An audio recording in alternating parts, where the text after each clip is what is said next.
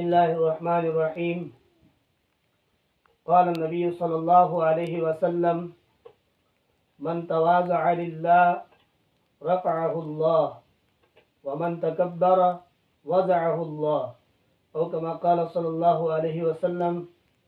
حضور نبی کریم صلی اللہ علیہ وآلہ وسلم کا ارشاد مبارکہ ہے، فرمایا جو شخص عاجزی اختیار کرتا ہے اللہ تعالیٰ اس کو بلند کرتا ہے، اور جو شخص تکبری کرتا ہے اللہ تعالیٰ اس کو گرا دیتا ہے۔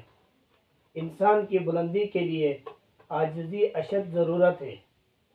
انسان کو چاہیے کہ وہ بلند ہونا چاہتا ہے تو عجز والی صفت اپنے اندر پیدا کرے، اور اسی طرح تکبری بہت بڑی خطرناک بیماری ہے تکبر۔